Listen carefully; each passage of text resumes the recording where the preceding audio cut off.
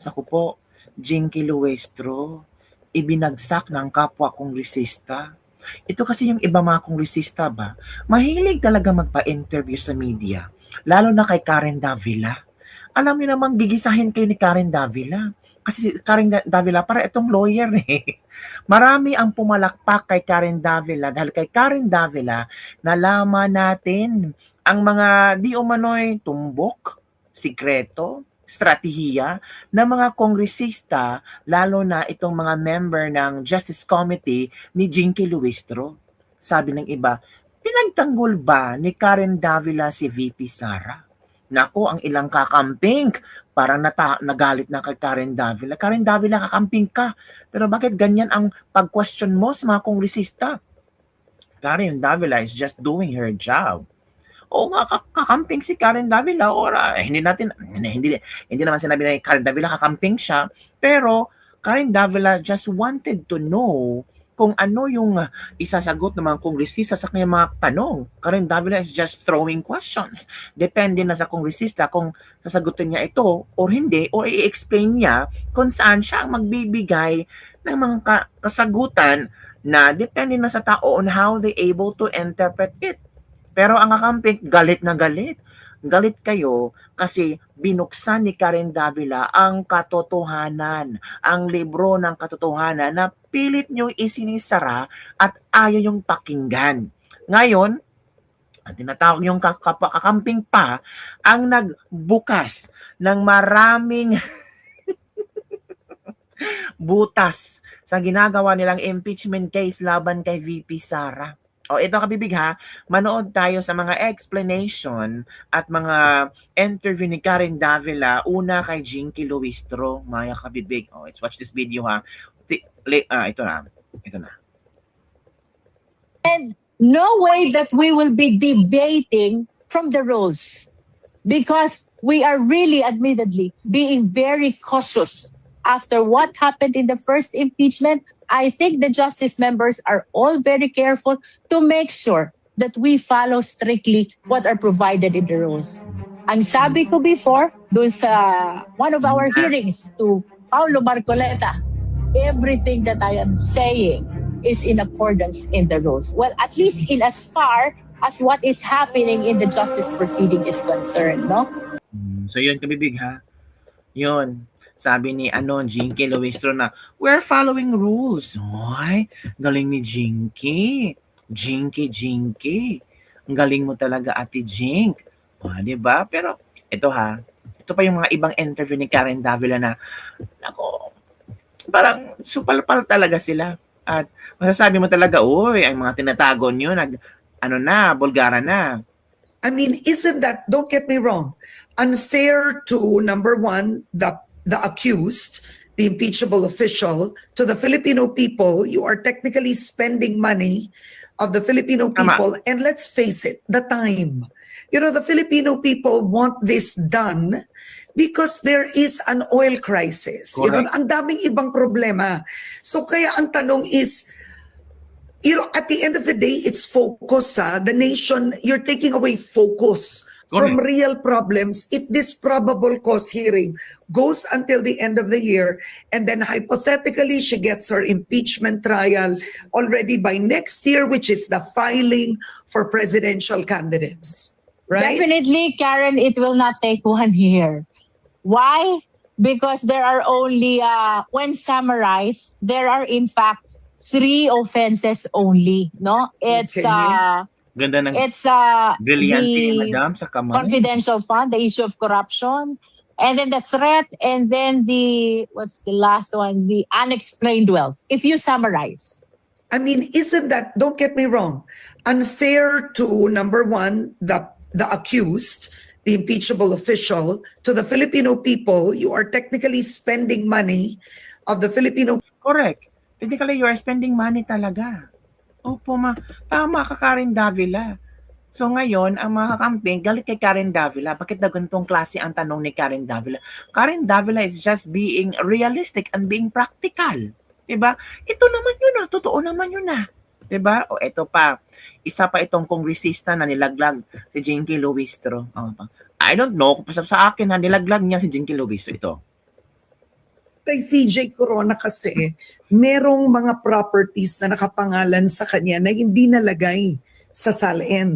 Yes. Ano po yung kay Vice President para po sa Yan. viewers natin to Gisahin na mo. nakapangalan Sorry. sa kanya na hindi niya nilagay? If I'm not mistaken, there are, well, the first bank accounts and Ano pa? Okay. I believe yes. that The one alleged by to clarify, the one alleged by Senator Antonio Trillanes. yes. And Tapos? if I'm not mistaken, as of Yes, last that's one. year, Okay. in our proceedings, in our Ano? proceedings for the impeachment last year, they said that that account is still active. Yun lang pala. And to add to that, there are companies, oo. I believe, that are connected with the respondent that are not alleged in the SALN. That's why there was also a motion for production of documents by the Securities and Exchange Commission. Oo. There are companies, are you saying, of the Vice President where her name was in those Correct. companies? Correct. Is that correct? Meron ba? I have to go back to that, Ma'am Karen, because there are several companies, and well, we have to identify them. See? Wala man lang silang alam, 'di ba? Kitang-kitang walang alam ka, bibig. Hindi niya masagot si Karen diretso na, meron kaming ganito, ganyan. Nilatag na ng mga nagsumiti ng impeachment. May mga dokumento sila, may mga ebidensya sila. Pero hindi fishing expedition nga. Ito kabibig ha. Yung mga Ito yung explanation TJ ni Sa totoo ni Attorney Magandang Harry umaga po Roque. sa inyong Makinig lahat. tayo. Kanina, ang aking vlog po ay tungkol dun sa na-dismiss na petition ko laban sa mandamiento de arresto na na-issue sa akin ng Huwad Committee dahil hindi ko sinumite yung mga dokumento na sa tingin ko immaterial sa investigasyon nila sa Pogo. Kasama po dyan ang aking mga SALN sa mga panahon na hindi pa ako nasa gobyerno at pati yung mga income tax returns sa mga panahon na hindi pa ako gobyerno. Pati nga po yung mga dokumento ng estate proceeding ng matandang dalaga Kuntilla, hinihingi anong kinalaman yan sa investigasyon sa Pogo. Pero dahil ang sabi nga ng Korte Suprema, wala ng issue na dapat maresolba kasi nga yung mandamiento de arresto ay naggunaw na, nalusaw na sa pagkatapos ng 19th Congress, hindi na sila kinakailangan magdesisyon. Alam ko po yung doctrine ng mootness. Alam ko rin po na isang exception, kapag po pwedeng maulit yan, and yet, nakakaiwas sa judicial review. At ngayon nga po, ang same issue, whether or not ang SALN at ang mga bank deposits ni VP Sara noong mga panahon na siya ay mayor, ay material o relevant sa impeachment complaint ngayon laban sa kanya bilang isang Vice President. Bakit sa tingin ko na immaterial ang SALN at saka ang mga bank records ni VP Sara nung siya ay mayor pa at hindi Vice President?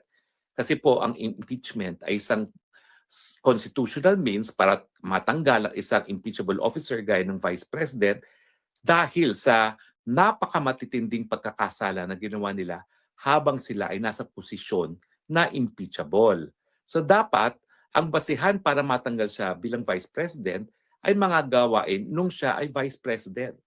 So malinaw na kung anuman ang SALN niya, kung anuman ang kanyang bank records nung siya ay mayor, walang kinalaman yan sa kanyang trabaho ngayon bilang Vice President at dapat walang dahilan na siya ay masupina ang kanyang mga bank records at mga SALN.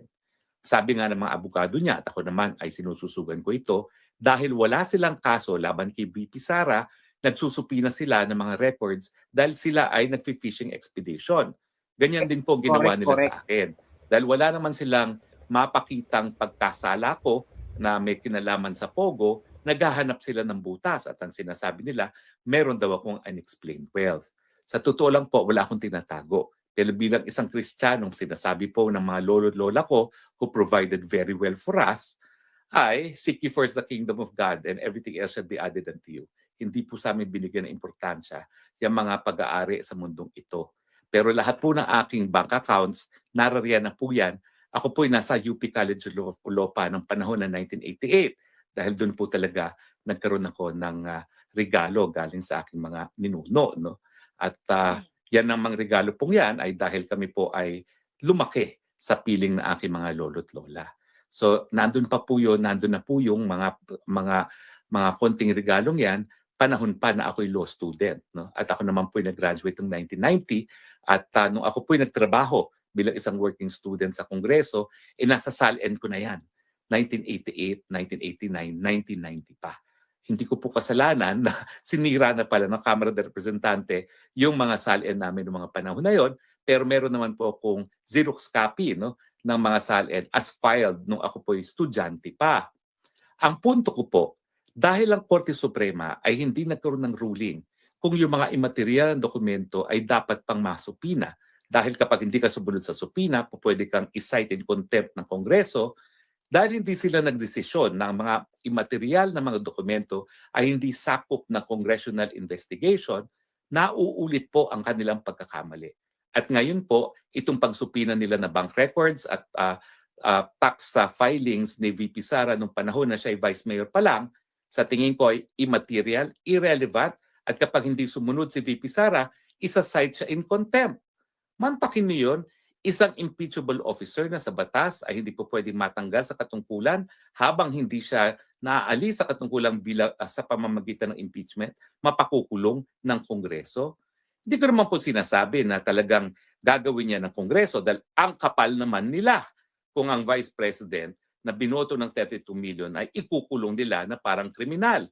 Pero ang punto po, dahil nagkaroon na ng pagkakataon na linawin ng Korte Suprema sa kasong hinain ko na ang mga SALN at ang mga bank records na walang kinalaman sa investigasyon ng Kongreso ay hindi dapat isupina at ang pag-issue ng supina is grave abuse of discretion na uulit naman muli sa kaso ng impeachment ng VP Sara. Ang tanong, will it be evasive of judicial review? Ito ba ay mauulit na hindi na naman mabibigyan ng pagkakataon ang Korte Suprema na magdesisyon sa issue o sa kontrobersiyang ito? Well, sana po tanggapin ng hudikatura ang paghamon sa kaso ni VP Sara dahil hindi naman nila tinanggap yung pagkakataon nung ako ang naghain ng kaso. Sana po mabigyan linaw na once and for all kung yung mga irrelevant na mga dokumento ay po pwedeng isupina ng Kongreso at kung po pwede nang hindi pagsunod sa kanyang mga supina ay po pwedeng maging dahilan para makulong ang isang resource person. Maraming salamat po, and that I say this with all due respect to the Supreme Court. Ito po ang nangyari dahil nga po yung ginawa ng Kongreso, exactly the same that they did against me, it is now being repeated, and I hope it will not be evasive of judicial review. Ito po inyong spokesman nagsasabi, maraming salamat. Diba? Napakinggan natin si Attorney Harry Roque. Diba mga kabibig? O ano ba ang mga komento ng ating mga netizen hinggil dito? Ang sabi ng mga netizen, iba po kasi ang pakay ni Tinio at Ridon. Gusto na nilang sirain ang mga Duterte, which is true. Kung wala naman tinatago kagaya mo, anong masama doon ipakita para matapos ang usapan? Sabi ni Queen Maskova. Ito pa, you are not a member of Congress to decide whether material or immaterial. O, yun ang mga komento ha. Bakit si VP Inday Sara ang palagi nilang i-impeach? Dapat yung mga flood control na corruption ang dapat i-impeach yung mga public servants na politiko. Diba? Ito, welcome home. Discount. Good morning. At iba na itsura ng attorney. Yun ang mga ilang komento ng ating mga netizen. May iba na tawag dito na ang sabi nila, dapat na yan si VP Sara makulong o ano ba? Dapat ipakita talaga na. Tingnan natin mga kabibig. Tingnan natin. Sabi ng iba, bakit ayaw ni VP Sara na umattend sa trial? Before that mga kabibig, may explanation si Attorney Pua hinggil sa salain ni VP Sara para na magkaalaman tayo. Ito na. Na anong sasagutin namin dito? Wala namang kayong material allegations na inilagay o inilahad sa reklamo. So to simplify it, kung meron kang sinasabing ginawang krimen ng respondent, which in this case is the Vice President, dapat ilahad natin yung Correct. elements ng krimen na yon. For example, they are accusing the Vice President of committing the crime of plunder. Correct. Plunder, ang elements nun is one, you are a public official. Second, that that public official was able to amass, accumulate, acquire ill-gotten wealth, no, through a series or combination of overt acts. Ngayon, I think given naman na public official ang ating Vice President, pero nasaan yung allegation that she was able to amass and accumulate, diba? Lahat Doon ng lang sinabi nila doon, nabigyan ng at least sa pananaw namin, ay conclusion of law, no, or at least speculations, Speculation. self-serving conjectures. Correct. Pag sinabing nagnakaw o pinakit yung pera, kailangan mo sabihin, paano napunta sa kanya yung pera? Correct. Yun yung mga bagay na hindi na-allege. No? And then, another example would be yung sinasabi nilang pagpepresenta ng SALN at sinasabi nilang nagkaroon ng ill-gotten wealth. Pag pinakita mo yung SALN, tapos bigla kang magko-conclude na meron ng ill-gotten wealth dahil may increase sa SALN, to us, that is again another conclusion of law. And that Yun pala, conclusion of law lang pala ang ginawa ni Ridon. So, Bibig, ano ang iyong reaction hinggil dito? Ang hirap sa mga kongresista ba? Grandstanding na mapapa-interview, tapos mahuhuli sa kailang bibig at katotohanan. Ako pa sa inyo, wag na kayo magpa-interview. Oo, lalo na kay Karen Davila. Naku, gigisahin talaga kayo ni Karen Davila. At I'm sure ang mga tao may makukuhang impormasyon galing sa bibig ng mga kongresistang ito. Yun lang ka, Bibig, Jong.